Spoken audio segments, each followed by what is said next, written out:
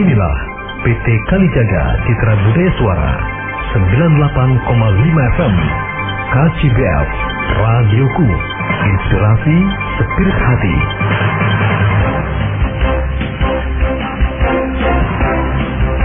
Religi, inspirasi,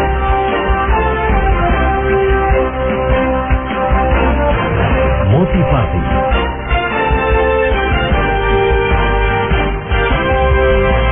edukasi,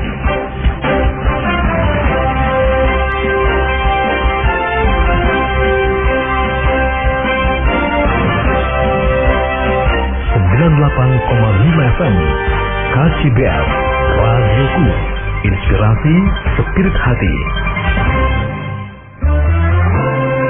Benang Merah, program kajian bersama Buya Yahya yang menegaskan hukum halal dan haram yang terjadi di masyarakat dan menjadi problematika umat akan dibahas secara tuntas sehingga bisa dijadikan fatwa.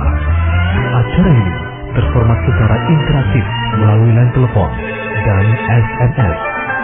Benang Merah hanya di Radioku, inspirasi spirit hati.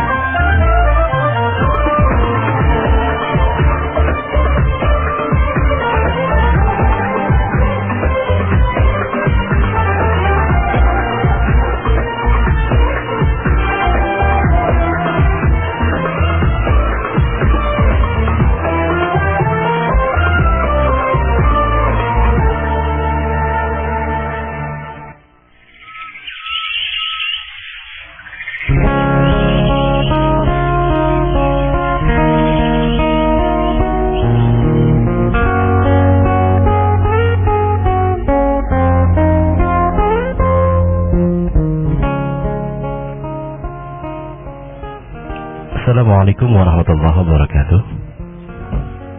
Alhamdulillahirabbil alamin. Allahumma shalli ala sayyidina Muhammadin wa ala alihi wa ashabihi ajma'in, amma ba'd. Sahabat radioku 98,5 FM Cirebon, inspirasi spirit hati. Alhamdulillah, senangnya pada pagi hari ini kembali saya Alzan Fauzan dan ditemani oleh Hadi Dumairi. Kembali dapat menjumpai sahabatku semua, tentunya dalam satu program acara, yaitu Benang Merah.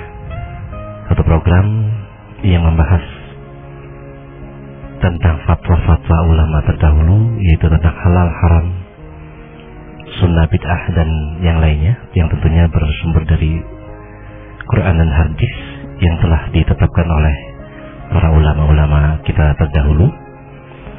Dan sahabatku, di program ini juga sahabat bisa ikut berpartisipasi atau berinteraktif dengan kami, yaitu pada sesi tanya jawab nanti, baik yang ingin bertanya maupun menambahkan dari apa yang kita bahas pada pagi hari ini, yaitu melalui line telepon kami di 0231 252 2549 atau di layanan SMS di 081 321 461079. Iya. Dan sahabatku, insyaallah pada pagi hari ini kita akan membahas sebuah tema ya, Kang Ade ya. Iya. Yaitu tentang zakat ya. Iya. Zakat ini mungkin banyak macamnya ya, Ade. Iya, macam-macam, terutama nanti karena kita akan menghadapi bulan Syawal itu sendiri, ya. Yang tentunya ada nanti zakat fitrah. Zakat fitrah ya. Artinya kita nanti juga mungkin di antara pembahasan kita adalah siapa saja mungkin yang wajib mengeluarkan zakat fitrah itu. Iya. Dan juga mungkin kapan waktu wajibnya gitu kan ya. Iya. Waktunya dari mulai kapan sampai dengan kapan. Dan juga mungkin bisa dikupas tentang zakat yang masih diperselisihkan apakah wajib atau tidak, seperti zakat profesi itu kan kadang sering kita mendengar itu apakah benar-benar ada atau tidak. Dan mungkin juga tekan juga ada yang bertanya tentang apakah setelah kita setiap bulan dipotong pakai zakat profesi kita, terus apa kita juga wajib menzakati lagi? Oh, jadi prakteknya yang dalam prakteknya banyak sudah ada potongan untuk zakat gitu. Iya.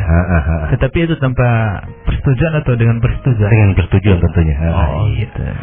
Dan baik sahabatku, tentunya pembicaraan kita pada pagi hari ini seperti biasa kita akan ditemani oleh narasumber kita, yaitu guru kita Buya Yahya dari Pondok Pesantren Al-Bahjah atau Lembaga Pengembangan Dakwah Al-Bahjah.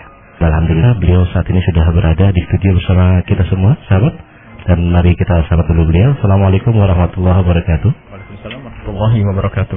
Bagaimana kabarnya Bu pagi hari ini? Sehat.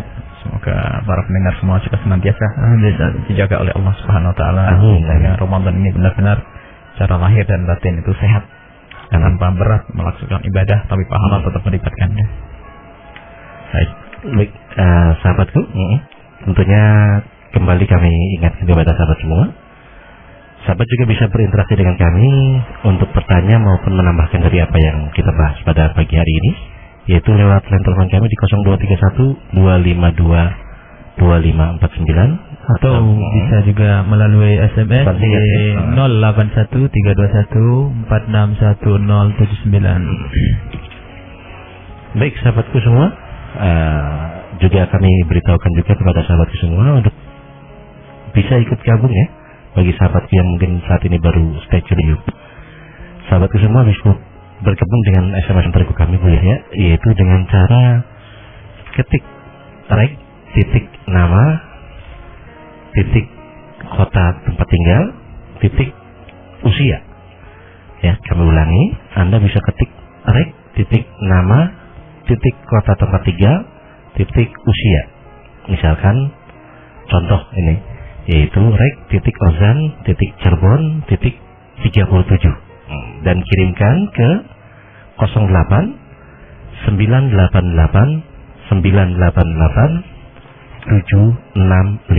Ozan ulangi di 08 988 988 765. Dan sahabatku, untuk SMS ini adalah bukan SMS premium ya. Jadi sahabat itu tidak akan terkena biaya apapun alias gratis ya.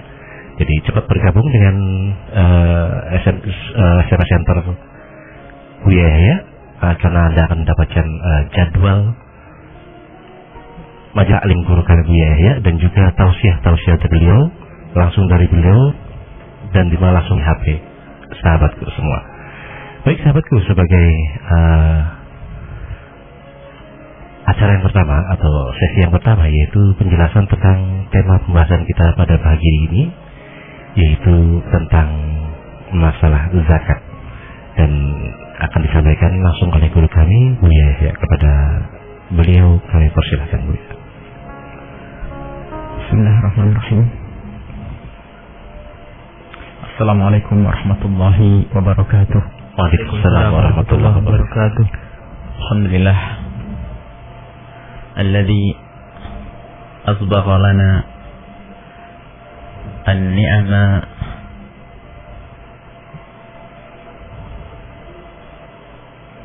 wa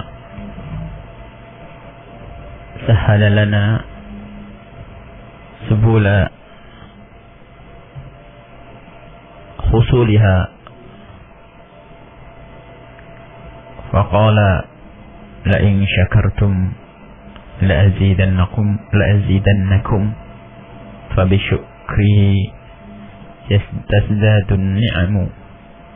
Salatullahi wa salamuhu ala afdalil anbiya'i wal mursalin habibina wa syafi'ina wa maulana sayyidina Muhammad wa ala alihi wa ashabihi ajma'in.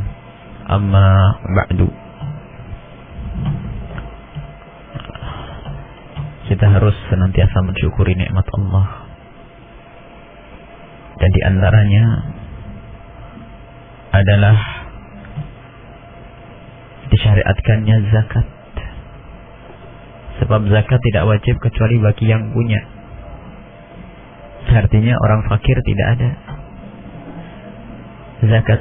Dan zakat ada dua, zakat harta untuk membersihkan harta, dan zakat jiwa untuk membersihkan jiwa kita.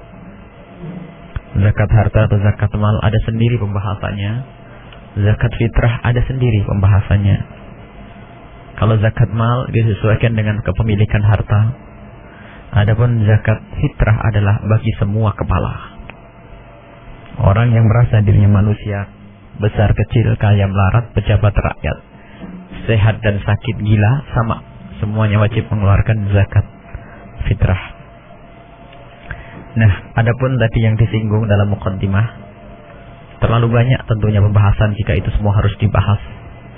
Mulai dari yang namanya zakat profesi, zakat ini memang ada, itu semua memang perlu dibahas. Tetapi kami ada yang lebih perlu adalah tentang penyaluran zakat. Penyaluran zakat, karena barangkali yang mendengar suara ini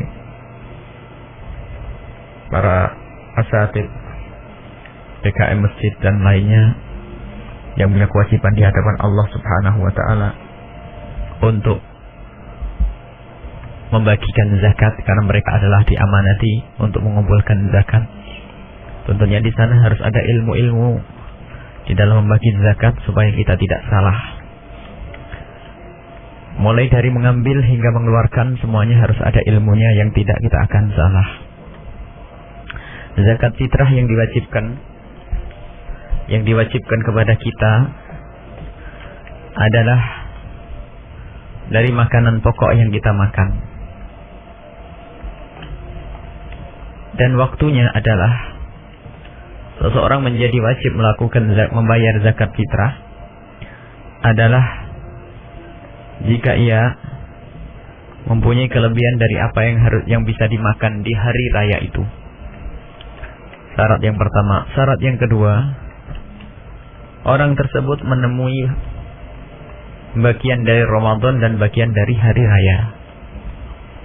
Jika tidak menemui dua-duanya, mati sebelum Ramadan nggak wajib zakat. Atau menemui Ramadan saja tapi tidak menemui Lebaran, maka tidak wajib zakat fitrah. Seperti orang yang mati sebelum maghrib menjelang Lebaran. Berarti dia menemui Ramadan sampai 29, tapi besok hari raya kok sebelum maghrib sudah meninggal, maka tidak wajib mengeluarkan zakat fitrah. Nah, tapi kalau meninggalnya habis maghrib, habis buka terakhir Ramadan, berarti sempat menemui bulan Lebaran, Syawal, maka dia tidak wajib zakat fitrah. Atau lahirnya sebelum maghrib, maka dia menemukan dua, karena lahirnya di bulan Ramadan, baru beberapa menit dia masuk hari raya. Maka saat itu dia telah wajib mengeluarkan zakat fitrah, tentunya bagi walinya. Intinya semacam itu. Adapun zakat fitrah itu kadarnya adalah tidak boleh lebih dan tidak boleh kurang. Semuanya dikira-kira.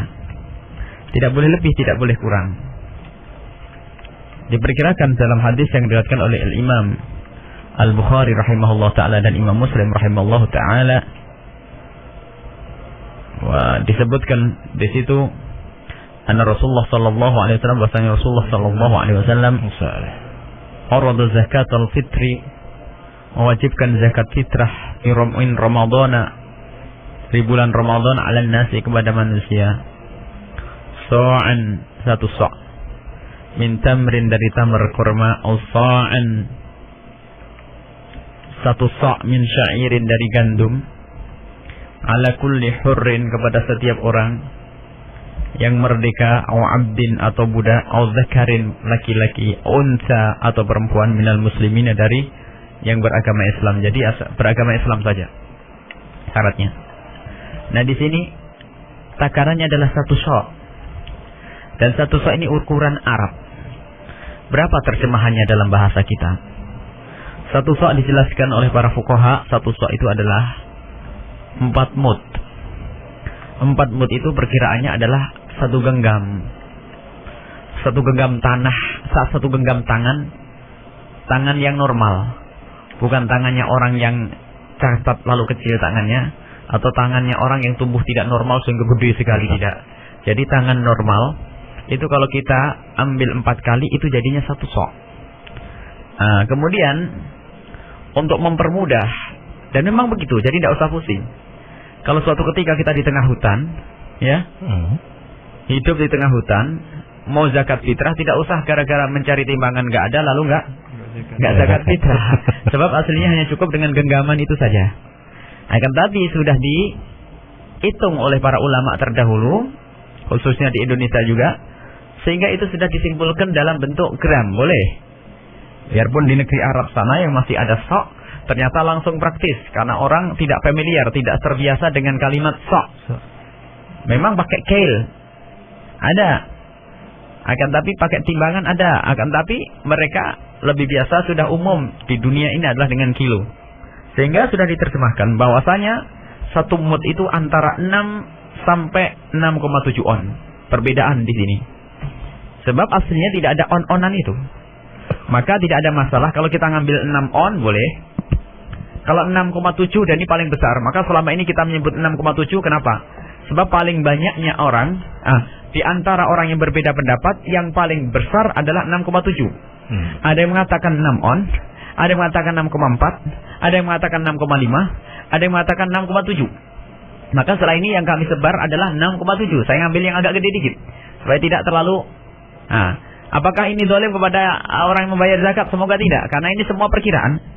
Ulama mengatakan 6,7. Jadi satu mud itu 6,7, tolong dikalikan. 6 ambil saja 6,4 jadinya 24. Yeah. Kalau 6,4 6 on kali 4 menjadi 2 kilo setengah, 2 kilo 4 on. Yeah. Kalau 6,4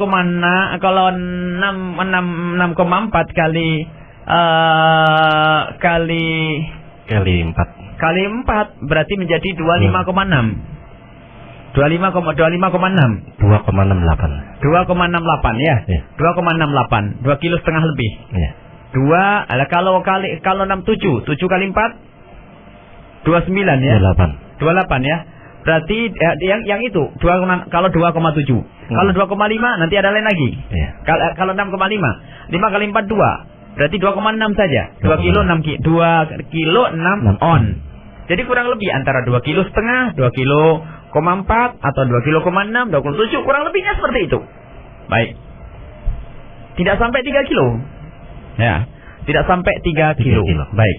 Jadi ini adalah perkiraan. Aslinya adalah pakai mudnya ini. Jadi itu adalah ukurannya. Dalam mazhab Imam Syafi'i dikeluarkan beras. Karena nasnya seperti itu adalah makanan pokok. Jadi waktu itu ini makanan yang disebut Rasulullah adalah makanan pokok.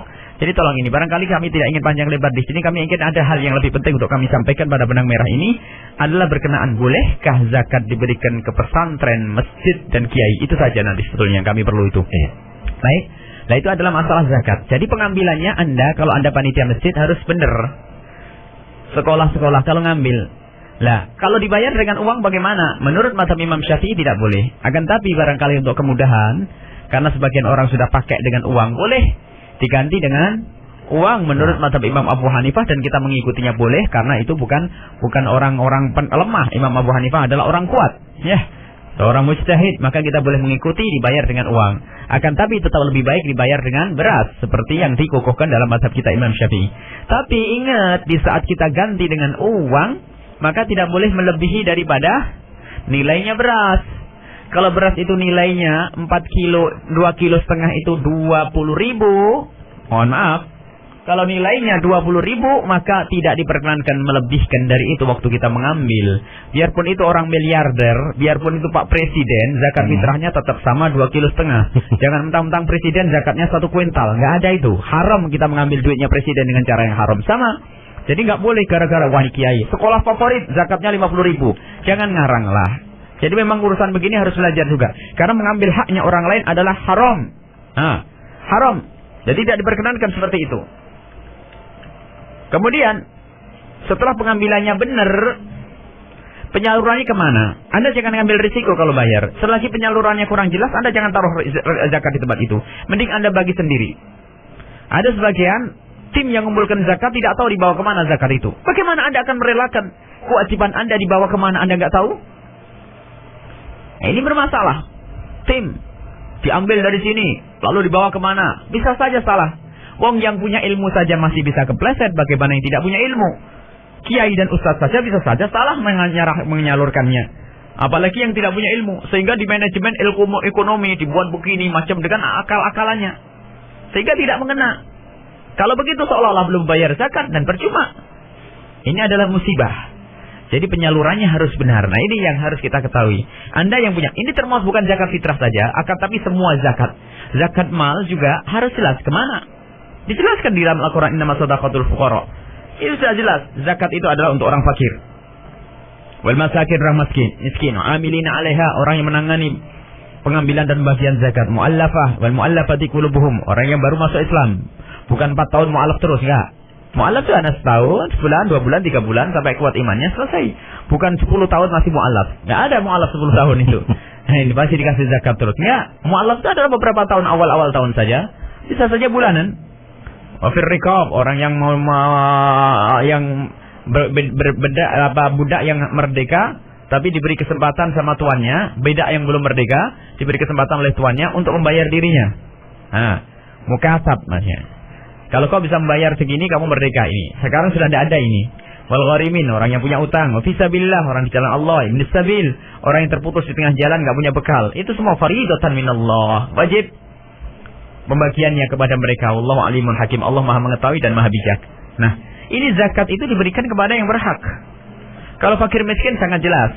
Fakir miskin sangat jelas. Fakir miskin itu sangat jelas. Orang yang tidak punya gaji cukup untuk kebutuhannya. Bukan orang boros ya. Orang ukuran normal, gajinya tidak cukup untuk kebutuhannya, maka dia adalah termasuk orang fakir. Atau tidak punya penghasilan, dia adalah orang fakir dan miskin. Nah, sekarang permasalahan yang saat ini perlu kami hadirkan adalah ini. Pedang merahnya adalah di sini. Bolehkah kita membayar zakat ke pondok pesantren, ke masjid-masjid, kemudian ke sekolah, ke kiai-kiai? Jawabnya adalah sangat jelas, tidak boleh. Yang memasukkan zakat dibayarkan ke masjid-masjid, kiai, madrasah, sekolahan, rumah sakit dengan kalimat fisabilillah, ini adalah bertentangan dengan apa yang dikukuhkan para ulama-ulama terdahulu. Sudah dikatakan sebagai ijma ulama bahwasanya fisabilillah di situ adalah orang yang berjuang di jalan Allah. Memang makna fisabilillah itu luas, tapi dalam Al-Quran itu bukan dimaksudkan makna yang luas urusan zakat. Biasanya kalau fisabilillah itu ada qarinahnya, itu makanya disesuaikan dengan qarinahnya. Tapi kalau mutlak tidak ada qarinah, kalau tanpa qarinah, khaliyah minal qarinati, yang tidak ada qarinahnya, qarinah itu adalah petunjuk bahwasanya itu adalah untuk makna jihad apa. Selagi tidak seperti itu, maka yang dimaksud adalah jihad di dalam peperangan. Ini banyak. Seperti Ibnu Hubairah dari mazhab Imam Hambali menukil ijma yang demikian itu. Kemudian masih banyak yang mengatakan ini adalah ijma ulama bahwasanya zakat itu diberikan kepada fisabilillah, itu adalah orang yang berjuang di jalan Allah. Nah, memang secara makna fisabilillah itu lebar sekali. Semua kegiatan yang menuju kepada Allah itu adalah fisabilillah. Akan tapi para ulama tidak pernah memaknai kecuali jihad di jalan Allah. Dan memang lucu kalau orang memperlebar masalah zakat ini.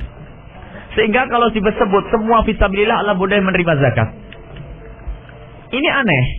Sebab fisabilillah, bayangkan, orang mencari nafkah disebut oleh Allah sebagai orang fisabilillah. Mau melaksanakan ibadah haji fisabilillah. Zakat saja besok untuk hajikan si A si B. Memang ada pendapat dari imam. Jadi orang berjuang untuk keluarganya fisabilillah. Orang mencari halal fisabilillah. Orang menjauh dari yang haram fisabilillah. Nah, semuanya. Jadi ada, kalau dibuka begitu habis ini semuanya. Tidak akan tersisa. Orang fakir nggak dapat nih. Maka ini sudah sangat jelas. Kita tidak pernah menghadirkan satu pemahaman di sini kecuali kami nukil dari para ulama-ulama terdahulu. Jadi bukan dikatakan fisabilillah diperlebar sampai masjid dan sebagainya. Tidak ada. Mohon maaf barangkali yang mendengar ini adalah para ustadz. Kita bisa mengambil tek-tek dari tek-tek yang sangat akrab dengan masyarakat kita. Apa yang kita inginkan dari tek-tek itu? Dari kitab yang paling dekat, Fathul Qorib dengan syarahnya, Syasyah Bejuri, Fathul Mu'in dengan I'anatul Talibinnya. Atau melangkah lagi kepada kitab Umdah. Umdah itu kitab sandaran, kitab pokok seperti Minhajul Talibinnya Syekh Imam Nawawi.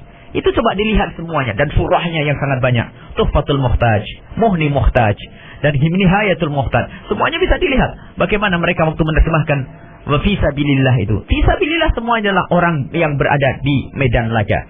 Jadi tidak ada itu diperlebar kepada masjid, apalagi kiai. Kalau kiai mau nerima zakat, kiai yang melarat, iya.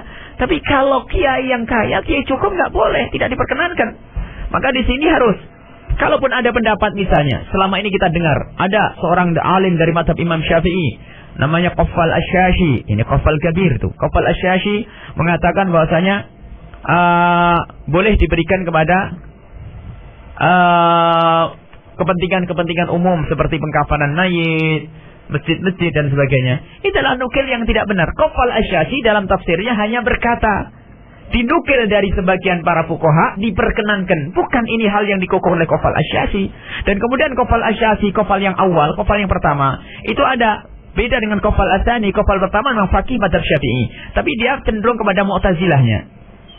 Ini banyak orang menghindar daripada qafal yang pertama. Bukan masalah itu, kita tidak ngomong masalah Mu'tazilah, tapi urusan fikih ini.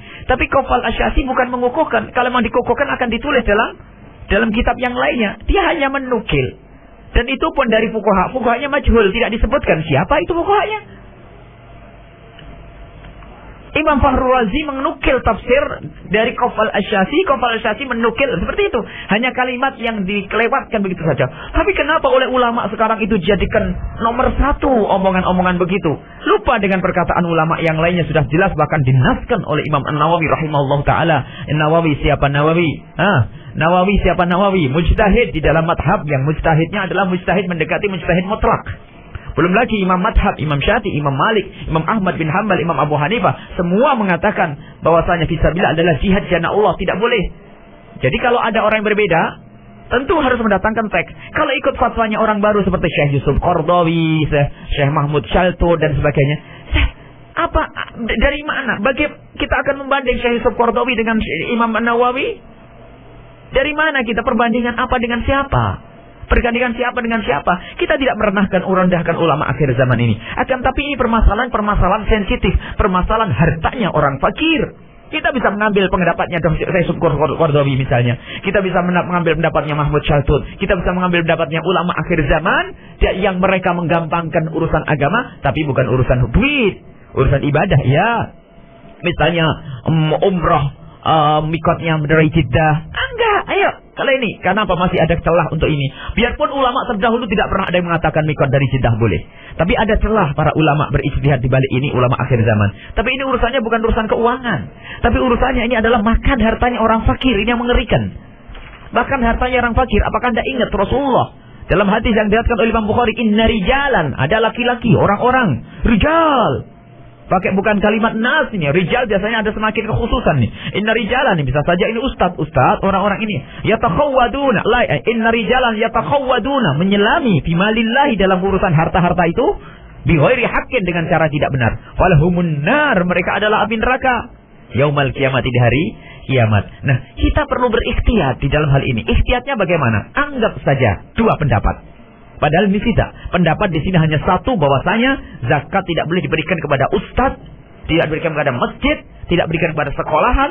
Ini pendapat satu saja. Anggap saja kita menjajarkan Syekh Yusuf Qaradawi dengan imam-imam yang besar itu. Anggap saja kita jajarkan Qafal Asy-Syafi'i, biarpun itu dakal dengan Qafal Asy-Syafi'i, dicek kembali yang menukil dari Qafal Asy-Syafi'i perlu dilihat. Semuanya adalah itu bukan naql yang diiktimatkan, yang dikukuhkan, bukan. Anggap saja kita jajar Syekh Shaltut, Syekh Qaradawi adalah dengan imam-imam besar. Coba, sekarang Anda jujur, kita jujur, dua pendapat. Yang satu mengatakan tidak boleh, yang satu mengatakan boleh. Mana yang kita pilih jujur? Ikhtiyatnya yang mana? Hati-hatinya mana? Hati-hatinya mengatakan tidak boleh. Karena apa? Agar fakir miskin ini benar-benar terawat, yang sudah jelas-jelas di Al-Quran disebutkan nama shadaqatul fuqara. Kalau kita menanggapi pendapat yang melemah, kadang-kadang malah didahulukan. Si fakirnya tidak dapat. Kemudian kalau Anda melihat fatwa, lihat kondisi. Kalau fatwa ini muncul di Kuwait, masuk akal. Di Kuwait tidak ada orang fakir. Kalau fatwa ini muncul di Saudi, masuk akal. Tapi kasusnya di Indonesia, bagaimana masjid didahulukan, fakir sebelah kiri karena masjid tidak dapat. Ini kita harus takut kepada Allah Subhanahu wa Ta'ala. Maka ini sudah. Ini tadi seandainya pendapat-pendapat baru itu dipakai. Tapi sudah. Ini pendapat ulama terdahulu sudah merupakan ijma. Ini Ibnu Abi Hurairah mengatakan ijma para ulama terdahulu bahwasanya yang dimaksud fisabilillah adalah orang yang berjihad di medan laga. Dan orang yang berjihad di medan laga pun masih dibedakan. Yaitu mereka yang tidak mendapatkan jatah dari negara. Barangkali para asatid yang sudah paling dekat berkecimpung dalam fikih mazhab Imam Syafi'i, misalnya Anda bisa melihat syarah Baijuri, hasyiahnya Baijuri, atau kita melihat Fathul Qarib, dari Fathul Qarib. Coba sedikit saja Anda mendengar, barangkali yang kalau di Baijurinya Anda bisa melihat di halaman 283 juz 1. Bagaimana? Apa kata ulama di situ? Ini adalah dalam mazhab Imam Syafi'i yang selalu kita baca. Berarti ini yang perlu kita pegangi. Jangan kita menurutilah kepentingan pondok kita. Pondok kalau diambil dari hartanya fakir miskin, siapa yang bakal sekolah nanti? Fakir miskin bingung cari uang. Mari kita harus sedikit jujur sajalah masa urusan-urusan semacam ini. Coba lihat. Wa amma sabilullahi fahumul ghuzatu. Sabilullah yang berada di jalan Allah itu al-ghuzatu, mereka adalah orang-orang perang. Memang aslus sabil at-tariq. Asli sabil makna sabil tariq jalan. Wa makna sabilillahi makna sabillah itu at-tariqu al-musilu ilallah, semua jalan yang menghantarkan kepada Allah namanya sabilillah. Wa huwa yashmal, dan ini mencakup kullu ta'at, semua ketaatan. Lihat, kalau dipastikan kacau. Orang mau ngadakan tarawih di sini biayanya ditanggung duit zakat. Orang mau adakan seminar keislaman duit zakat. Orang mau ada duit zakat, lihat, kacau rancu karena memang tidak boleh dibawa ke sabilillah makna yang umum. Tidak ada yang mengatakan ini. Jadi ada sedikit mengadakan acara tabligh akbar di alun-alun, duit zakat. Acara pengajiannya Buya Yahya yang ada di ini duit zakat. Habis semuanya. Orang fakir mana bagiannya? Tolong ini jujur ini. Kalau dibuka sabilit taat ini tidak dibatasi seperti para ulama. Ulama terdahulu lebih cerdas untuk mengantisipasi ini. Untuk mengantisipasi kedoliman kepada orang lain. Jadi jelas. Dan itu pun mereka juga bersandarkan riwayat-riwayat dari Rasulullah SAW. Nanti akan kita baca. Nah, walakin akan tapi ghuliba isti'maluhu urfan wa syar'an fil jihadi, dimenangkan penggunaannya secara kebiasaan dan secara syariat di dalam jihad. Li'annahu tariqus syahadati, karena itu adalah jalan syahadah dalam menuju mati syahid. Al-musilati yang menyampaikan ilallah kepada Allah Subhanahu wa taala. Falidzalika, oleh sebab itu kana al-ghazwu ini.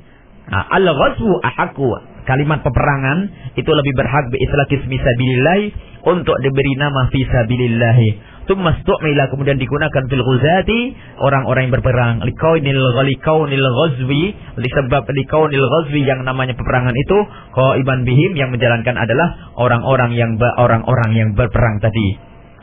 Itu pun ada lanjutannya para ahli fikih mazhab Syafi'i. Dan mazhab lain juga sama, hanya karena di Indonesia kita hadirkan fikih Syafi'i yang leket dengan mereka. Alladzina la sahma lahum fi diwanil murtaziqati, yang mereka tidak dapat gaji dari negara. Kalau sudah digaji negara enggak boleh fi daftarihim, ya. Tidak ditulis. Bal mutatawwi'una bil jihad, akan tapi orang sukarela di dalam berjihad. Fayu'tawna, mereka diberi, walau ahniya, biarpun mereka kaya. I'anatan lahum, sebagai pertolongan bantuan bagi mereka, alal ghazwi, untuk perang. Wa yajibu ala kulli minhum, masih ada aturannya. Wajib bagi semua dari mereka raddu ma'aqadahu, mengembalikan dari yang telah ia ambil, ilam yahzu. Kalau peperangannya selesai ada sisa, sudah. Hanya untuk secukupnya waktu perang. Ya ini ustaz masuk fisabilillah, ngambil duit, dia nongkrong di rumah hanya ngajar. Ya saya kan fisabilillah. Tak tahunya si bisnismen yang kontra apa orang-orang kaya itu mengatakan, Rasulullah kan bersabda, orang mencari nafkah kan juga fisabilillah. Jadi orang kaya dapat duit lagi. Nah, ini mohon jujur ini dalam hal semacam ini. Dan nanti insya Allah juga kita ajarkan ulang-ulang. Memang biasanya kalau mendekati pembagian zakat ini, kita mungkin nanti Cirebon TV kita akan ulang masalah ini, karena masalah penting sekali dan sangat penting. Nah, ini masalah ini. Coba Anda bisa ini. Anda bicara ke mana? Anda pindah ke kitab lagi, misalnya Fathul Mu'in. Kenapa kami pakai Fathul Mu'in, Fathul Qarib? Kitab yang sudah akrab dengan masyarakat Indonesia. Anda kebuka di Minhaj. Baca lagi kitab sebelumnya. Di mana Anda menemukan nakal dari Qafal Asy'ari? Jujur. Yang mengatakan ya ini pendapat Asy'ari, bukan pendapat Asy'ari. Asy'ari mengatakan menukil dari ba'dal fuqaha'i, sebagian para ahli fikih, dan tidak disebutkan nama-namanya. Kemudian itu bukan di dalam bukhus fikih, tapi dalam tafsirnya. Artinya perlu dicek kembali, dan tidak ada kita memuktamadkan sebuah qaul dengan cara semacam itu. Baik, ini perlu kita kejujuran di dalam hal ini. Para ustadz semuanya, cobalah diamankan, ini tugas kita semuanya, masjid. Lihat, tapi kalau masjid mengumpulkan zakat, kiai mengumpulkan zakat boleh, tapi kalau kiai ngambil zakat tidak boleh. Biarpun alasan apapun, fisabilillah. Gak ada fisabilillah. Maka ini adalah amanat besar kita dari Allah Subhanahu wa taala untuk menjaga harta-harta itu jangan sampai diberikan kepada orang yang salah. Orang fakir yang berhak menerima. Makanya orang kaya yang berhak menerima zakat itu hanya beberapa orang saja. Disebut kalau Rasulullah SAW, Rasulullah menyebut ada 5 orang. La tahillu shadaqatu li ghaniyyin illa li khamsatin. yang namanya zakat itu tidak boleh untuk orang kaya. Artinya apa? Hanya untuk fakir. Kecuali khamsatin, kecuali 5. Ghazin fisabilillah. Li ghazin fisabilillah. Rasulullah yang jelaskan orang perang di jalan Allah. Ya ini yang dimaksud. Ghazin fisabilillah. Bukan orang mencari nafkah itu fisabilillah lalu dikasih zakat, bukan. Yang kedua, li'amilin 'alaiha, orang yang bekerja membagi zakat dan mengambil zakat. Gharim, orang kaya yang punya utang karena untuk menyelesaikan urusan keluarga dan sebagainya misalnya. Al-rajulun ishtaraha bimalihi, atau orang kaya ya. Misalnya ada orang fakir dapat zakat.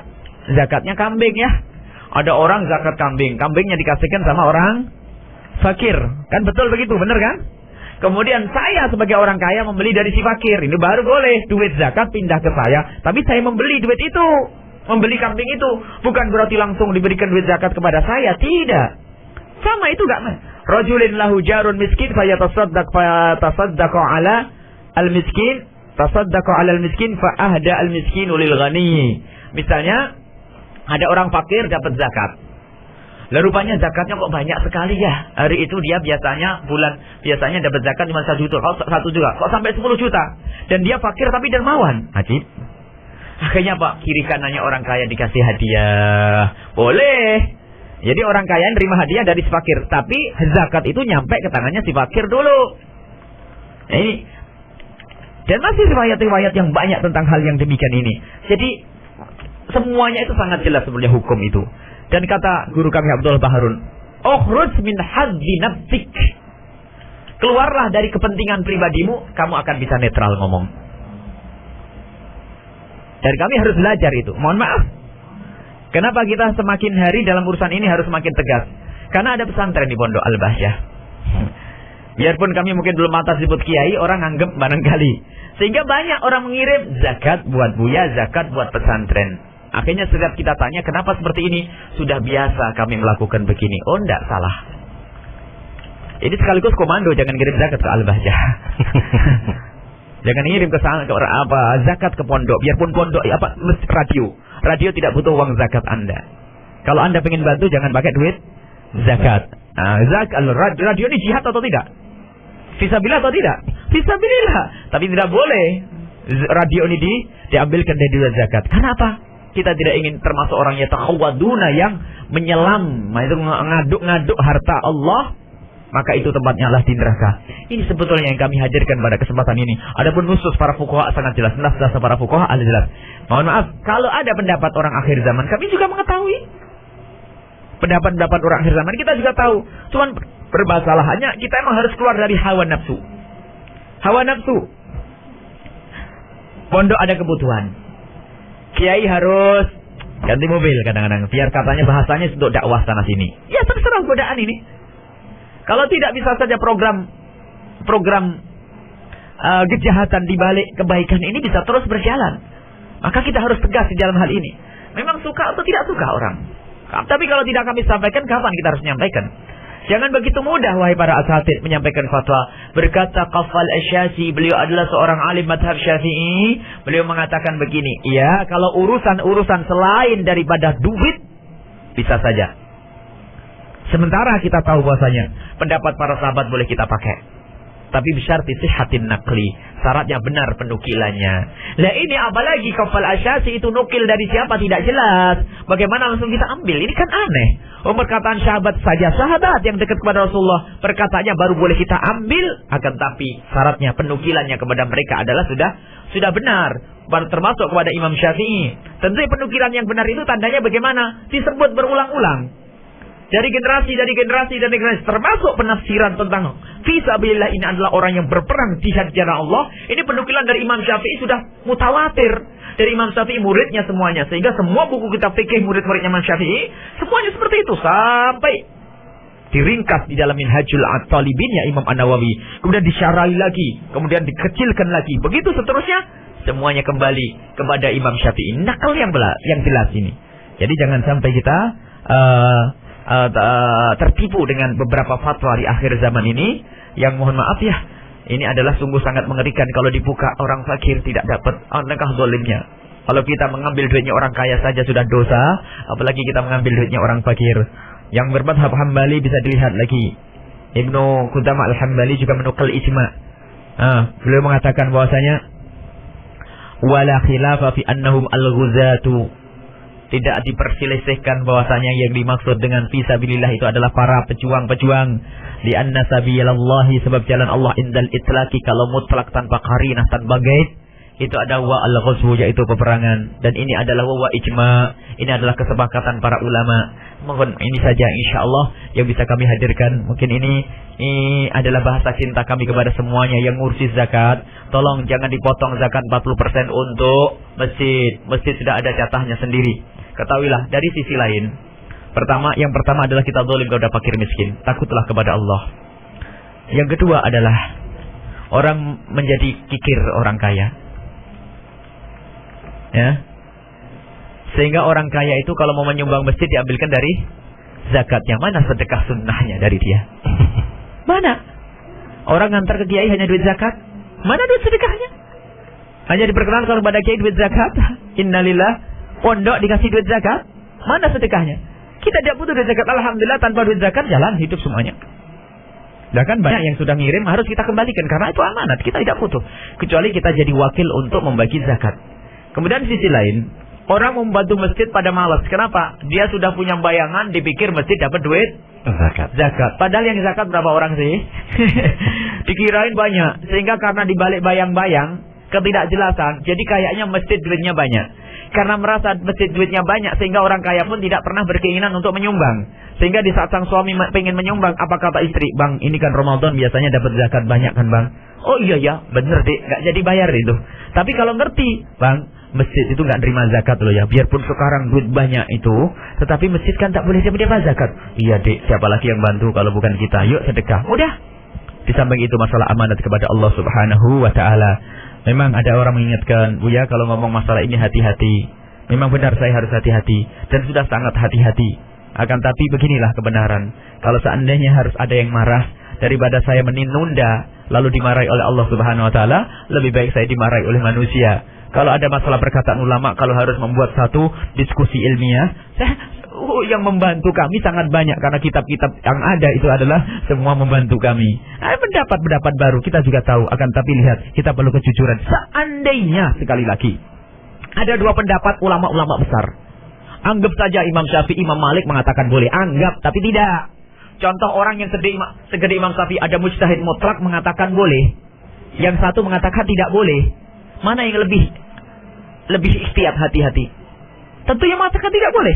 Karena urusannya dengan duitnya orang ini. Ada orang urusan wudhu saja was-was.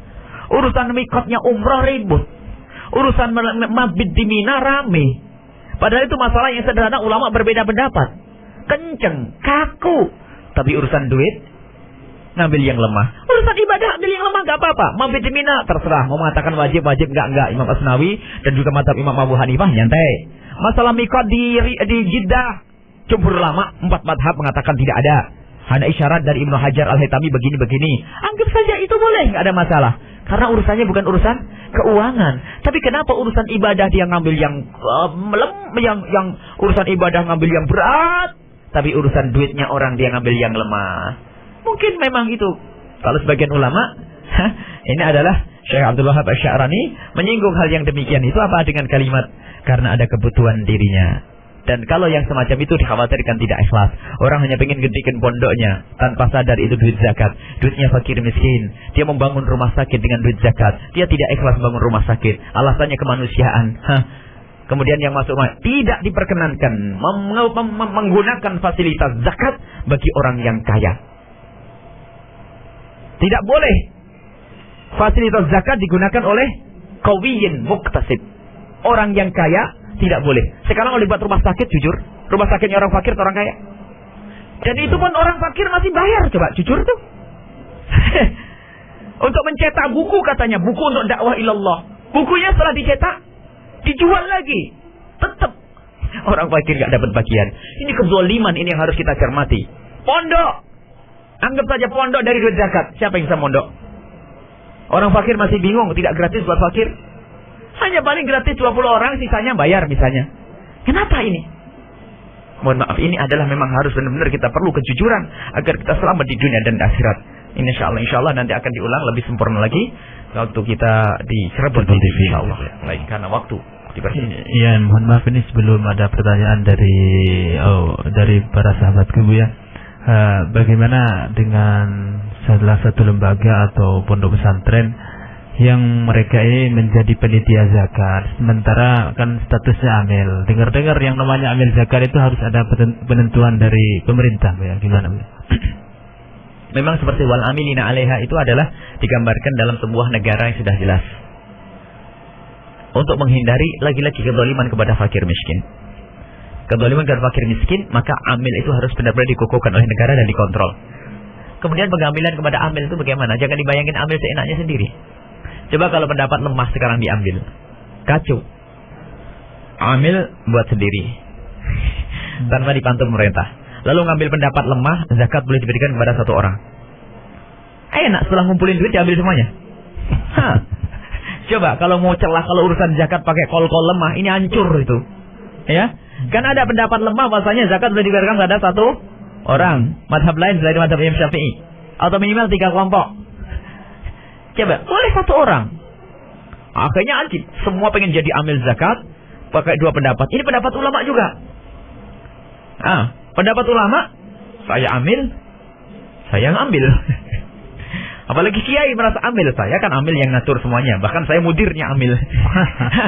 Berarti saya seenaknya kan amil boleh saya terima. Kemudian ngintip fikih. Setan yang membimbing kata Habib Abdullah Bahrun. Mufti syaitan. Mufti iblis itu ada. Jadi mengambil untuk kepentingan dirinya sendiri. Oh iya benar. Sebagian ulama mengatakan zakat boleh dikasihkan satu. Sudahlah, tidak usah dibagi buat pondok aja ya. Fisabilillah. Sudah fisabilillah hanya lemah. Kemudian buat satu pondok, orang fakir tidak dapat. Pondoknya megah, gede. Allahu Akbar. Ini mengerikan yang demikian itu. Jadi amil itu memang harus dikukuhkan oleh pemerintah supaya ada pengayoman dan kontrolnya. Sehingga tidak semua itu melakukannya. Itu kalau pemerintahnya ada. Kalau tidak ada bagaimana? Kesepakatan. Seperti hanya dalam urusan hakim, muhakam, harus kesepakatan di kampung orang tentunya, karena kesepakatan orang itu bisa dipercaya. Baru nanti dianggap dia. Karena dia akan bahkan dijelaskan berapa jatahnya buat amil. Jatahnya buat amil, sebagian ulama menjelaskan dengan jelas bahwa tidak boleh melebihi dari ujratul mithil.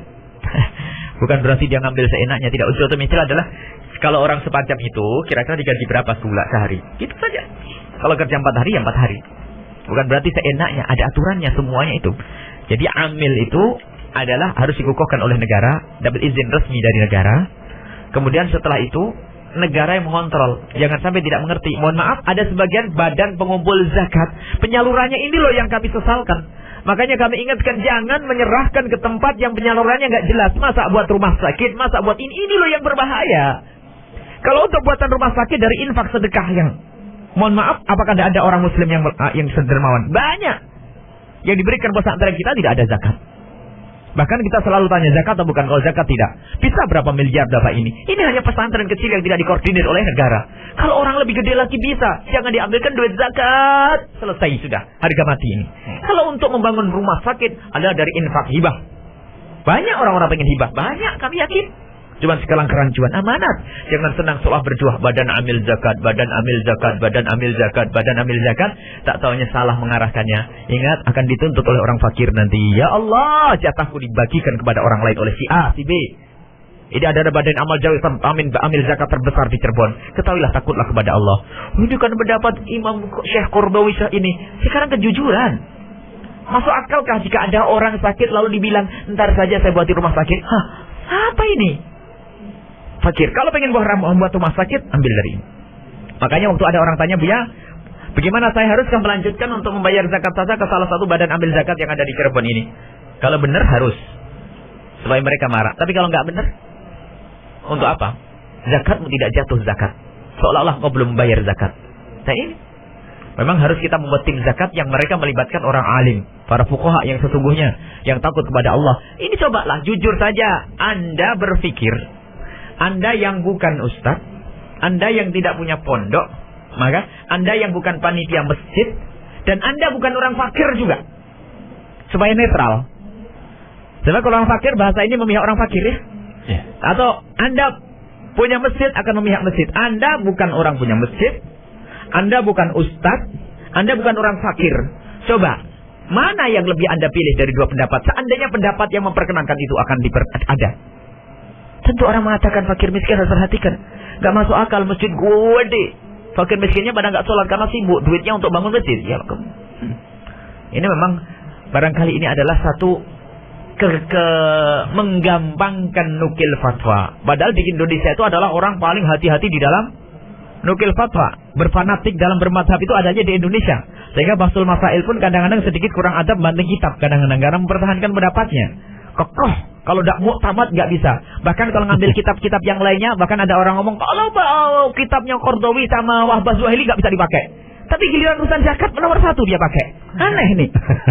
Bahsul Masail nggak mau ini Qardawi nggak masuk, Wahbah Zuhaili nggak masuk. Aneh, kan begitu. Tapi urusan zakat saya pegang ini pendapat ulama. Karena apa? Kepentingan pojok masjidnya sama kepentingan pondoknya. Musibah. Ini adalah yang harus kita hadirkan. Kita semua perlu kejujuran. Semoga Allah menjaga iman semua. Dan ingat, kalau ada sebagian kiai yang melakukan ini semuanya kembali kepada barangkali harus memurajaah kembali tentang ilmu ini. Kembali kepada kitab-kitab yang muktamad di dalam madhab kita, tanpa harus melirik kitab-kitab yang baru yang kadang-kadang kita perlu seleksi, kadang nakalnya nggak jelas, hanya mengantar dari sebagian madhab Imam Syafi'i. Satu orang kan bisa sebagian ya. Sebagian madhab Imam Syafi'i, sebagian kecilnya nggak ada. Sebagian madhab Syafi'i mengatakan begini. Ada khianat dalam aku, dalam menukil. Memang perlu kejujuran kepada Allah Subhanahu Wa Taala. Jadi begitu yang namanya amil. Allah alam shawab. Baik Bu ya, dan kembali kami himbau kepada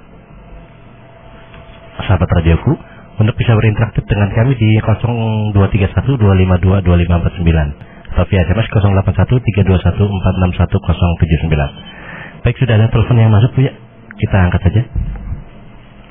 Halo, assalamualaikum warahmatullahi wabarakatuh. Waalaikumsalam warahmatullahi wabarakatuh. Ya, kami dari Pekambilan, salam buat Buya, mudah-mudahan Allah merahmati. Amin. Dan salam buat Kang Ucan dan Kang Andi. Kalau mau bertanya, ini masalah bab zakat ya. Iya. Ini kalau yang batasan antara fakir miskin itu yang bagaimana? Batasan antara fakir dan miskin. Yang kedua, ini kalau zakat diberikan kepada keluarga sendiri, boleh nggak? Baik. Terima kasih. Assalamualaikum warahmatullahi wabarakatuh. Waalaikumsalam warahmatullahi wabarakatuh. Ya, ada Bapak siapa tadi di Pegambilan ya Bu ya. Pertanyaannya tadi yang pertama, batasan fakir atau miskin? Fakir miskin itu. Fakir dan miskin. Miskin dan fakir adalah orang yang ada dua model. Dia pun punya duit 500 juta. Itu bisa saja tergolong orang fakir. Kalau dia tidak punya kerjaan misalnya, mohon maaf ada orang lumpuh ya, nggak bisa kerja, duitnya banyak, warisannya banyak, ya. Tetapi dia tidak bisa bekerja, sehingga duitnya itu kalau dimakan sampai mati kira-kira cukup atau tidak. Kalau diperkirakan tidak cukup, maka dia menjadi fakir. Atau punya rumah satu dan harta sepeta, tapi tidak cukup kalau bakal dimakan, sehingga dia punya pekerjaan. Nah ini yang kedua ini yang sering terlihat. Jadi dilihat dari kalau dia punya pekerjaan, penghasilannya cukup atau tidak untuk kebutuhannya. Misalnya apa? Bolong butuhnya 1 juta, dia punya duit 800. Itu adalah miskin. Kalau punyanya 1 juta, butuhnya 1 juta, punyanya 400, itu fakir. Artinya tidak mencukupi kebutuhannya. Normal loh ya. Bukan orang yang selalu makannya nasi padang atau seafood begitu, bukan. Jadi orang normal makan biasa dengan gajinya ternyata tidak cukup. Atau sehari penghasilannya 50.000, butuhnya 70.000. Makanya ini perlu kejujuran semuanya. Termasuk kebutuhan anak-anaknya. Bisa dikalkulasi sebulan ya. Sebulan misalnya buat sekolah ini, buat ini listrik, ini semuanya penghasilannya 1.500.000. Tak tanya kebutuhannya normal 1.700.000, maka dia boleh mengambil zakat. Nah ini, itu ukuran fakir miskin. Jadi orang lain sebenarnya tidak tahu. Orang lain hanya mengira-ngira. Ada pertanyaan, apakah harus ditanya satu persatu? Oh tidak. Kita kan selalu bertemu kan sering tahu ya. Dia sering ngutang sana, ngutang sini, numpuk ini kan, dan jual ini kan ketahuan itu semuanya. Berarti ada orang yang kaya dengan pekerjaannya, ada orang yang kaya dengan hartanya. Ada orang punya pekerjaan tapi tidak kaya, ada orang punya duit tapi tidak kaya. Tidak kaya maksudnya tidak cukup untuk kebutuhannya sepanjang hidupnya. Nah, kalau orang punya pekerjaan dan punya uang, nah ini tentu sangat kaya. Duitnya ada, pekerjaannya ada, ya. Pekerjaannya mencukupi, berarti dia adalah orang yang kaya. Dan tidak semua orang kaya wajib zakat. Ingat, orang yang wajib zakat tentunya harus memenuhi syarat-syaratnya. Orang kaya tanah 5 hektar, tapi tidak panen, kaya. 5 hektar nilainya berapa? Bisa anggap saja 10 miliar juta. Tapi tidak ada penghasilan misalnya, ya nggak wajib zakat. Dia punya rumah warisan gede, nilai rumahnya adalah 5 miliar. Waduh, rumah apa itu? Anggap saja tidak wajib zakat. Jadi tidak semua orang kaya adalah wajib zakat. Makanya harus tidak boleh dolim. Kita kepada orang kaya juga tidak boleh dolim, kepada orang fakir juga tidak dolim. Makanya tadi yang kami hadirkan seimbang. Mengambil zakat fitrah sekalipun tidak boleh lebih dari 2,5 kilo. Mentang-mentang orang kaya zakat fitrahnya 100.000, nggak ada. Karena kita mengambil hartanya orang kaya juga tidak boleh. Sama kita mengambil hartanya si fakir juga tidak boleh dengan cara salah membagikan zakat. Adil Islam. Baik. Kemudian masalah kerabat boleh, sanak saudara diberikan zakat boleh, asalkan orang itu orang yang tidak wajib kita beri nafkah. Kalau anak kita kan kerabat, nafkahnya kita yang tanggung. Dia tidak boleh menerima zakat dari kita. Atau orang yang selama ini dia bersama kita tanggung kebutuhannya, maka dia tidak boleh menerima zakat, ya, karena dia menjadi tanggungan kita. Asalkan dia tidak menjadi tanggungan nafkah kita, maka dia boleh menerima zakat. Termasuk mungkin bibinya, pamannya yang melarat, boleh. Bahkan perlu didahulukan kalau memang itu kerabat. Bahkan termasuk sebab bolehnya menukil zakat, memindah zakat adalah jika menemukan kerabatnya yang lebih membutuhkan. Aslinya zakat kan tidak boleh dipindah. Orang Pegambiran dan Cirebon zakatnya harus di sekitar Pegambiran atau sekitar Cirebon. Nah, boleh dipindah ke Tegal dan yang lainnya jika memang di Tegal ada kerabat yang lebih membutuhkannya. Maka ini adalah ilmu lain. Makanya badan pengambil zakat harus memperhatikan ini. Dan tujuannya adalah untuk meredam kedengkian, di samping menjalankan kewajiban untuk meredam kedengkian. Misalnya Anda seorang kaya di Pegambiran, lalu Anda membayar zakat kalau seandainya ada lembaga Al-Bahjah saja misalnya, lembaga pengumpulan zakat Al-Bahjah, maka yang saya harus perhatikan pembagiannya ada di mana. Ada beberapa persen dari zakat yang Anda berikan harus saya salurkan di sekitar Anda, agar orang tahu bahwasanya Anda sudah membayar zakat. Jangan sampai orang yang merasakan dieselnya mesin Anda, debunya pabrik Anda nggak pernah mendapatkan zakat. Ini ternyata tu'khadhu min aghniyaihim wa turaddu li fuqaraihim. Diambil dari orang kaya kampung itu, kalau bisa dikembalikan. Semua ada manajemennya yang bagus. Kalau bawa ke rumah sakit gimana? Orang kaya seolah-olah tidak mengeluarkan zakat. Akhirnya kedengkian muncul dari sudah tidak mengenal zakat, tidak pernah sedekah. Kemudian dari kiri kanannya, sehingga hidup tidak indah. Islam itu mengajari semuanya keindahan. Wallahu a'lam bishawab. Baik Bu ya, ada satu permasalahan ini Bu yang biasanya ditemui oleh para amil zakat. Di antaranya yaitu ada namanya amil zakat tingkat kota Bu ya. Amil zakat tingkat kota, mungkin Ustaz angkat dulu Bu ya. Halo, Assalamualaikum warahmatullahi wabarakatuh. Waalaikumsalam. Pak Ustaz, ini dari Pegambiran lagi.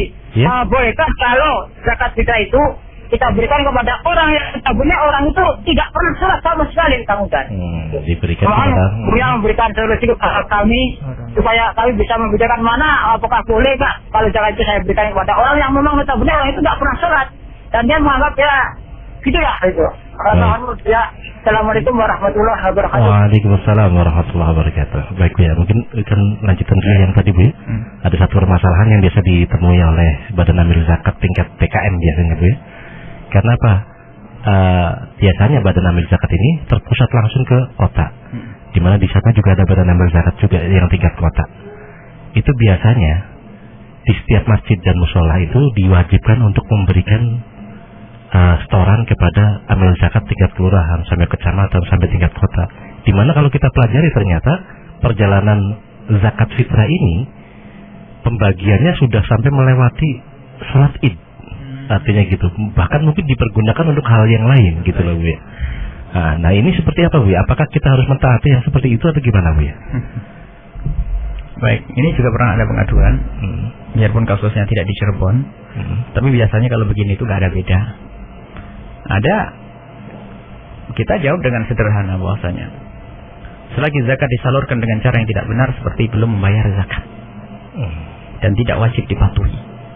dan yang harus dilanggar. Katanya koordinator. Kalau memang koordinator, memang harus mereka punya ilmu dong. Yang didatangkan orang yang mengerti betul. Dan barangkali harus dengar pengajian pagi ini. Supaya benar, menyalurkan kemana amanat. Sudahlah, jangan ngumpulin.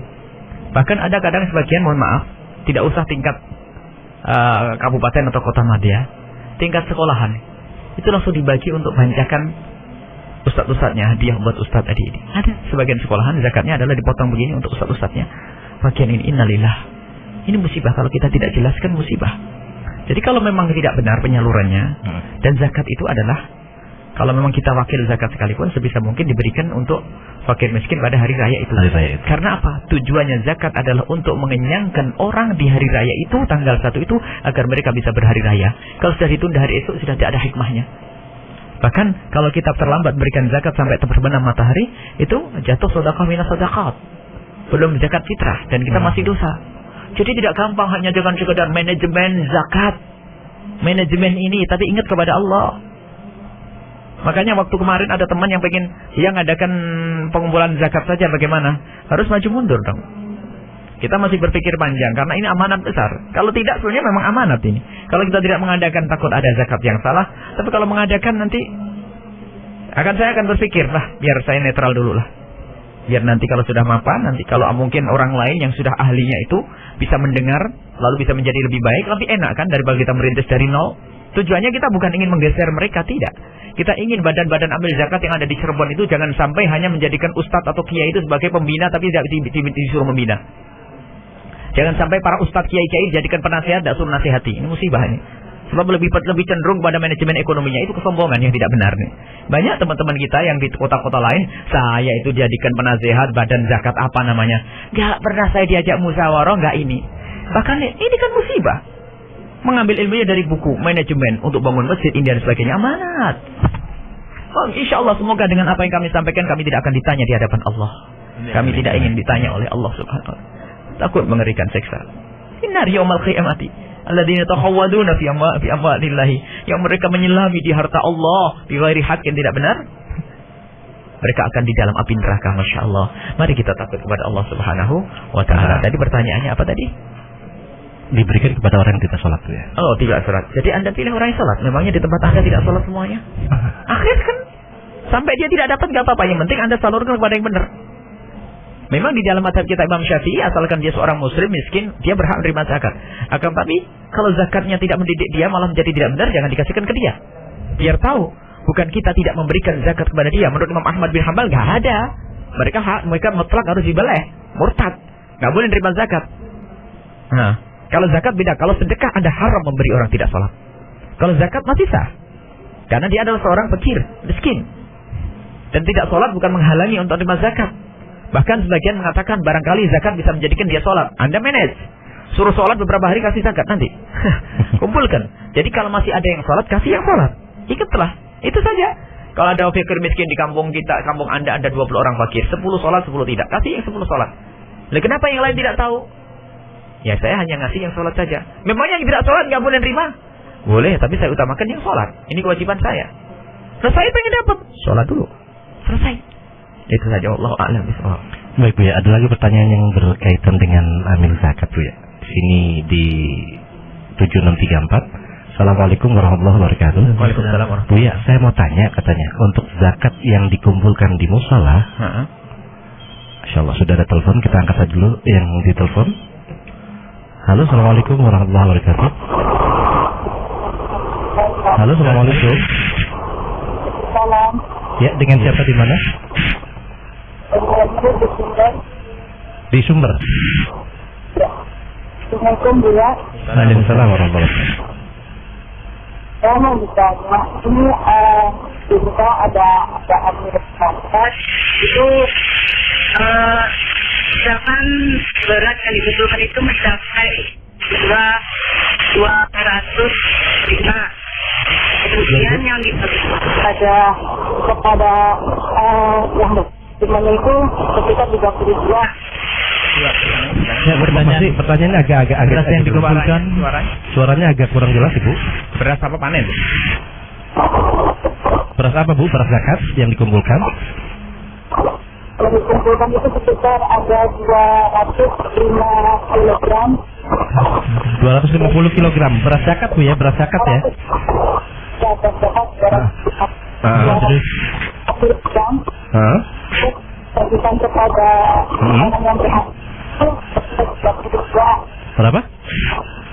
diberikan kepada 132. Kepada fakir miskin. Nah, itu baru jelas Ibu. Nah, Ibu posisinya agak berubah Ibu, agak keras suaranya Ibu. Posisinya, posisi teleponnya. Karena sesaat jelas, sesaat tidak. Ya. Itu tidak jelas itu. Iya baik Bu, baik. Posisi.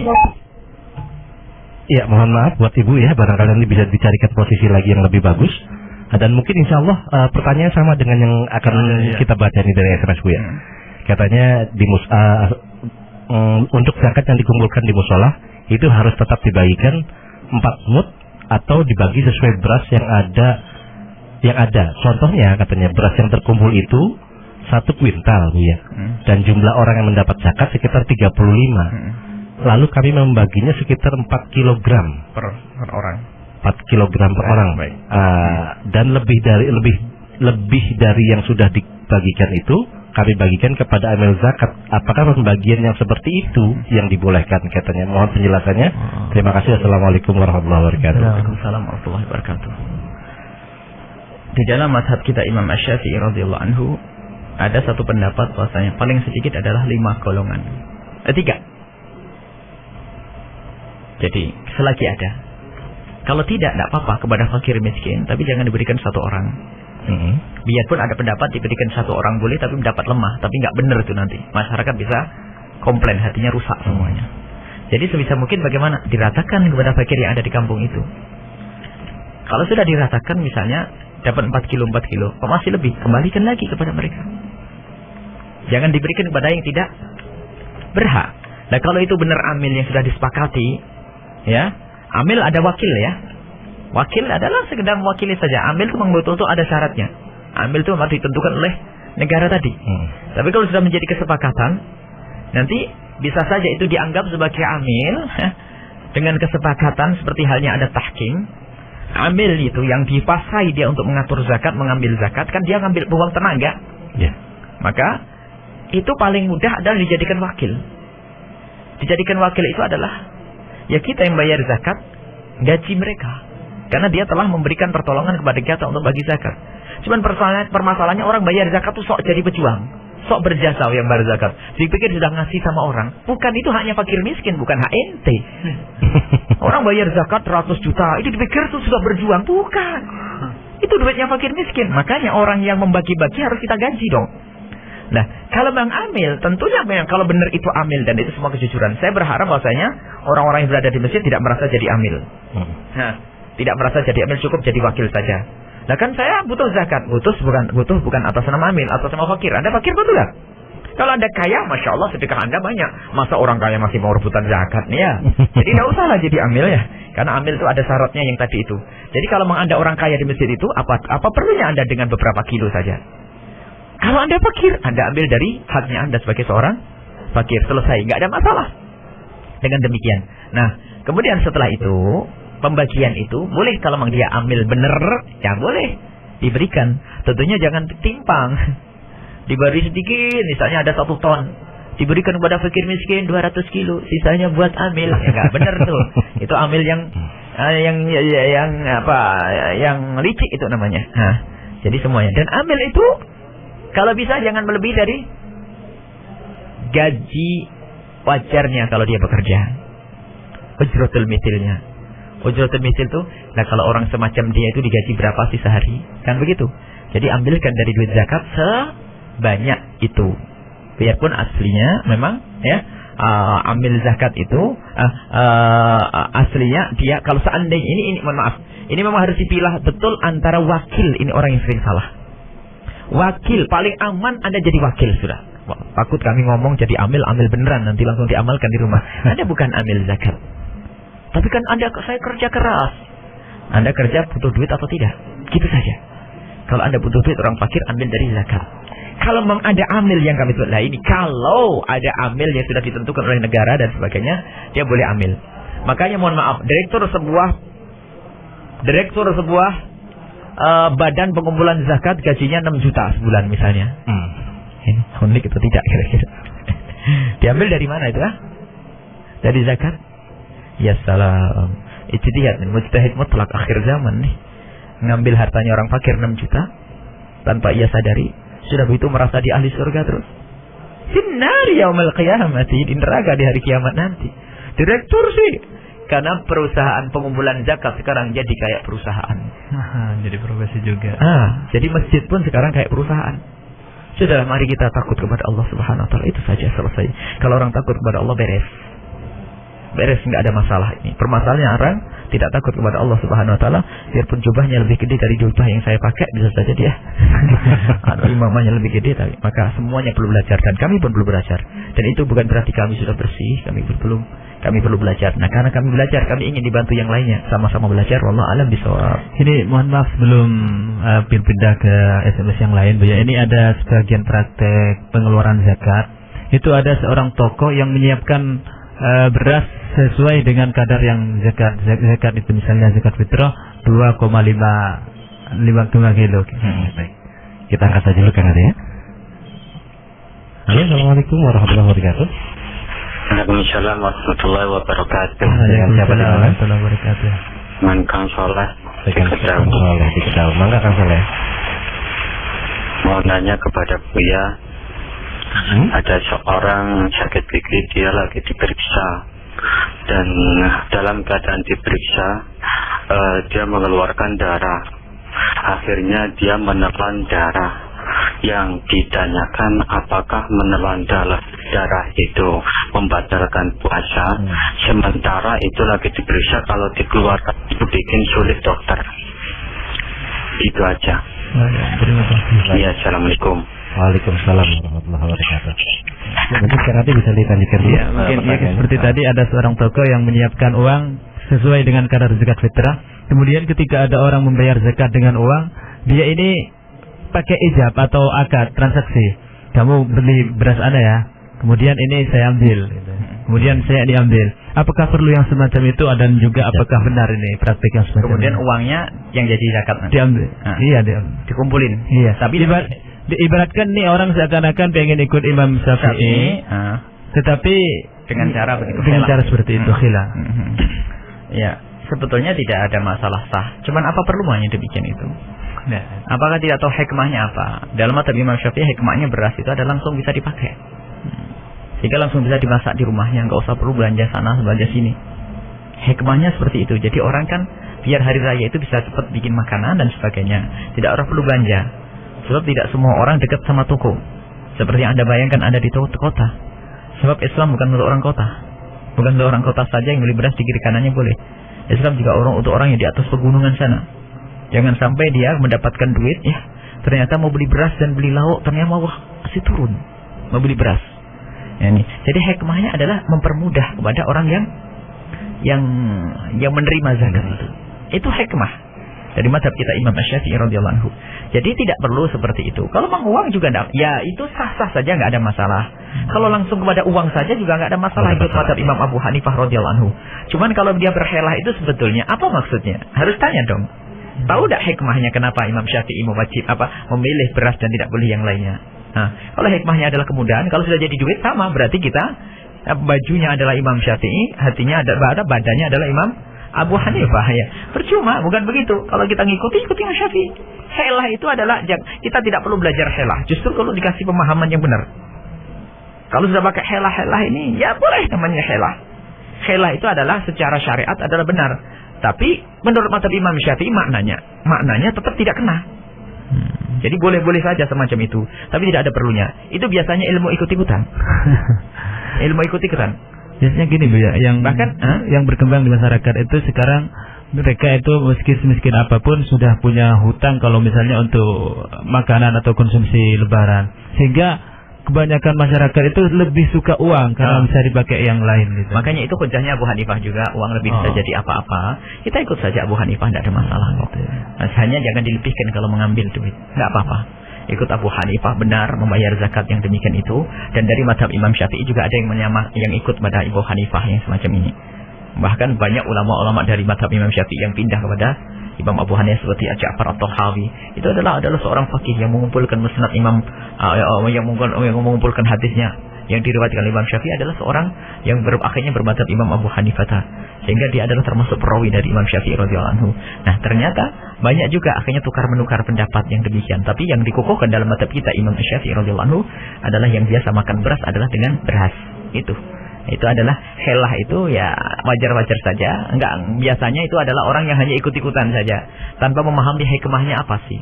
Kalau memang duit lebih manfaat, ya langsung aja tutup poin duit. Tapi saya pengen berpegang mazhab Imam Syafi'i. Ya boleh, nggak ada masalah, boleh. Cuman kita harus tahu hikmahnya. Wallahu a'lam bishawab. Baik, Bu. Tadi pertanyaan yang terakhir, Bu, ya, mungkin dan untuk sahabat radioku untuk telepon mungkin ditutup ya, karena waktu sudah menunjukkan pukul 6:54 menit ya. Artinya karena tadi masalah puasa mungkin sambil ditambah satu. Sambil tambah lagi ya. Baik, Bu, ya. Halo, assalamualaikum warahmatullahi wabarakatuh. Waalaikumsalam, dari hamba Allah di Perum. Mau nanya ke Buya, Buya bagaimana kalau misalkan ya kita punya zakat, terus kita kumpulkan, kita kasihkan pada saudara kandung, jadi kita nggak usah ngasihkan ke yang lain, hanya satu orang aja gitu, Buya. Misalkan katakan 2 juta gitu, Buya. Jadi kita udah saya kasihkan dia aja semua gitu. Kebetulan itu ada kandung. Zakat mal, Bu, ya? Iya, zakat mal. Harta. Iya, zakat harta ya artinya. Ya, itu langsung ke satu orang aja. Itu kebetulan adik kandung kita gitu, Bu, ya. Gimana? Dan membutuhkan ya, Bu. Iya, kebetulan dia membutuhkan gitu. Baik. Ya, diperbolehkan, Bu, ya. Terima kasih. Assalamualaikum. Waalaikumsalam warahmatullahi wabarakatuh. Baik, yang pertama tentang orang sakit gigi lalu periksa gigi di siang hari. Di siang hari, kemudian sampai keluar darah. Kemudian darahnya tertelan. Jawabnya adalah batal. Karena apa? Kan kalau mau periksa gigi kan masih bisa memilih.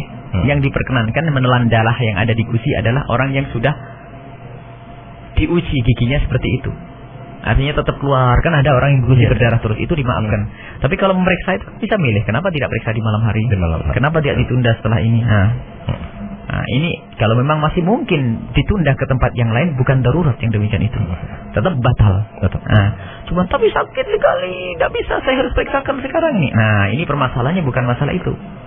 Puasanya tetap batal, cuman bedanya dosa dan tidak dosa. Karena Anda sakit sekali, maka Anda periksa sampai batal, maka Anda dimaafkan. Bukankah orang sakit boleh berbuka puasa?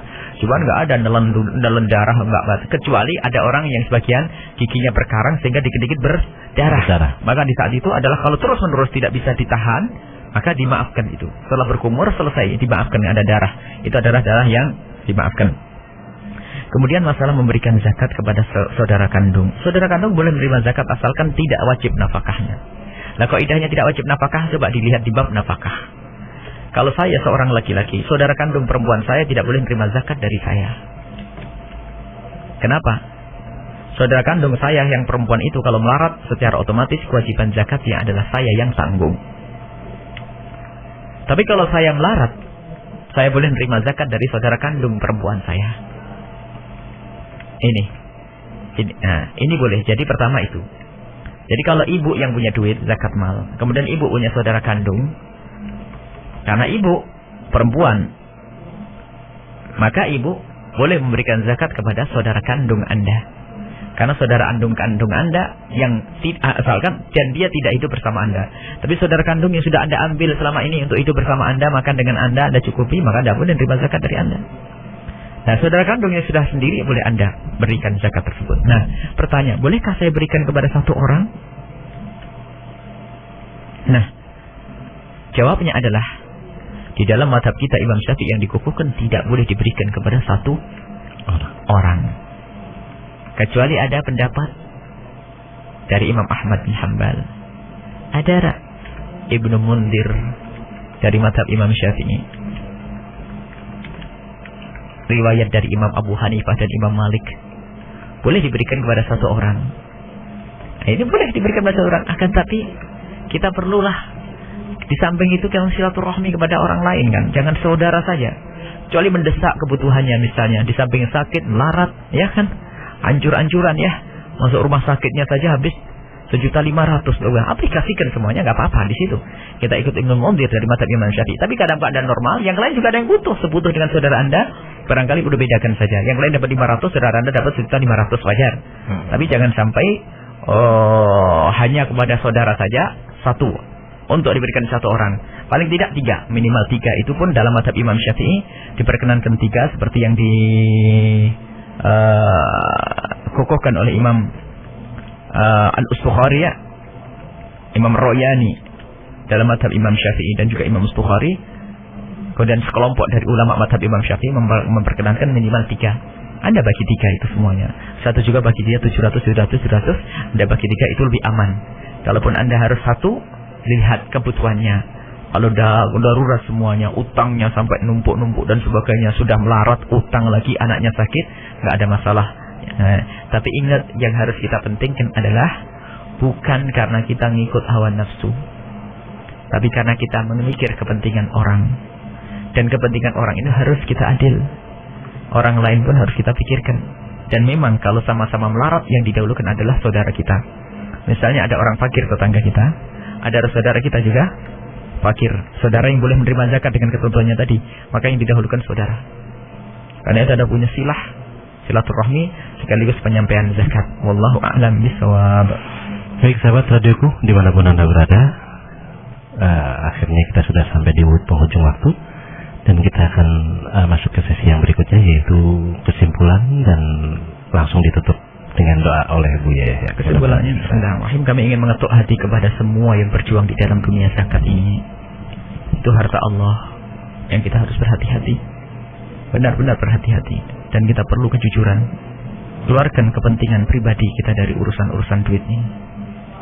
Kalau mau ngentengin urusan fikih, urusan ibadah, karena Allah itu mudah. Selagi itu perbedaan antara ulama boleh.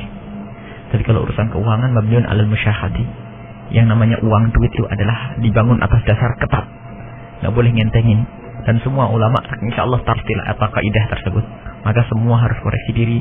Yang berjuang di masjid, ayo koreksi. Jangan ragu untuk membenahi ini semua.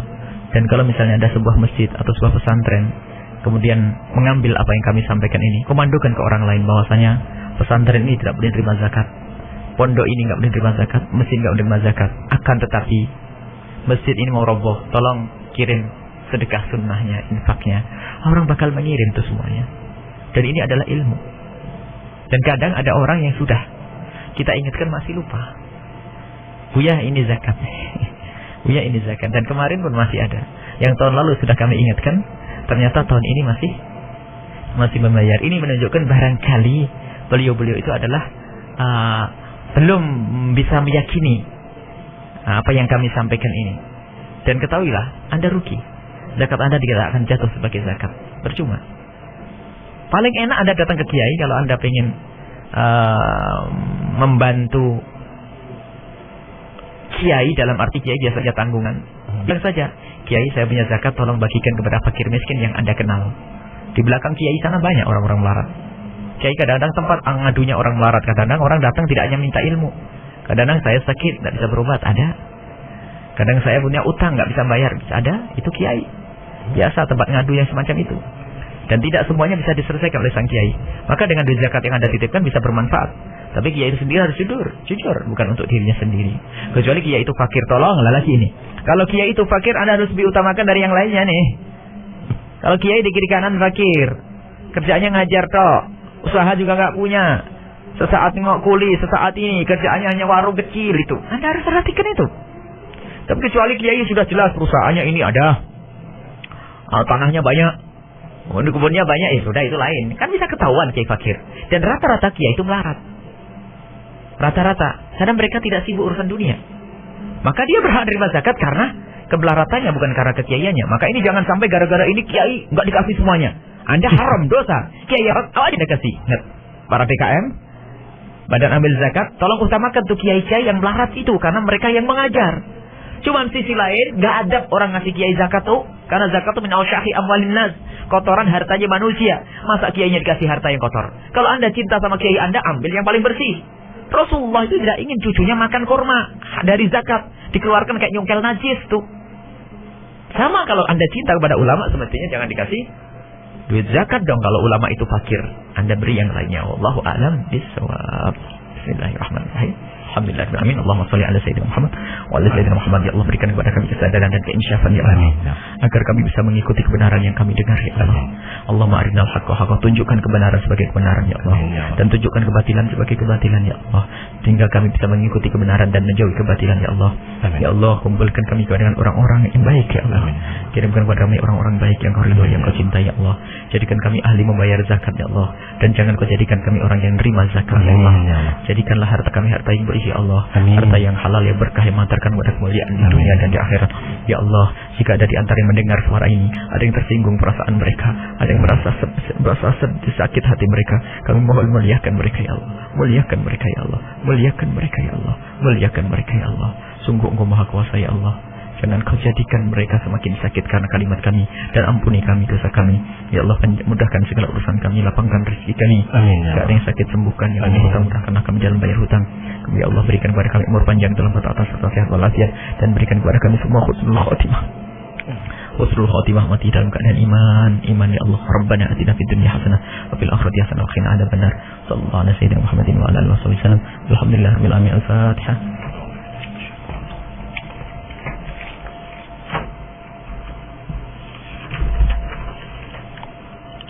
Demikianlah sahabat radioku dimanapun Anda berada, akhirnya kita sudah sampai ke penghujung acara.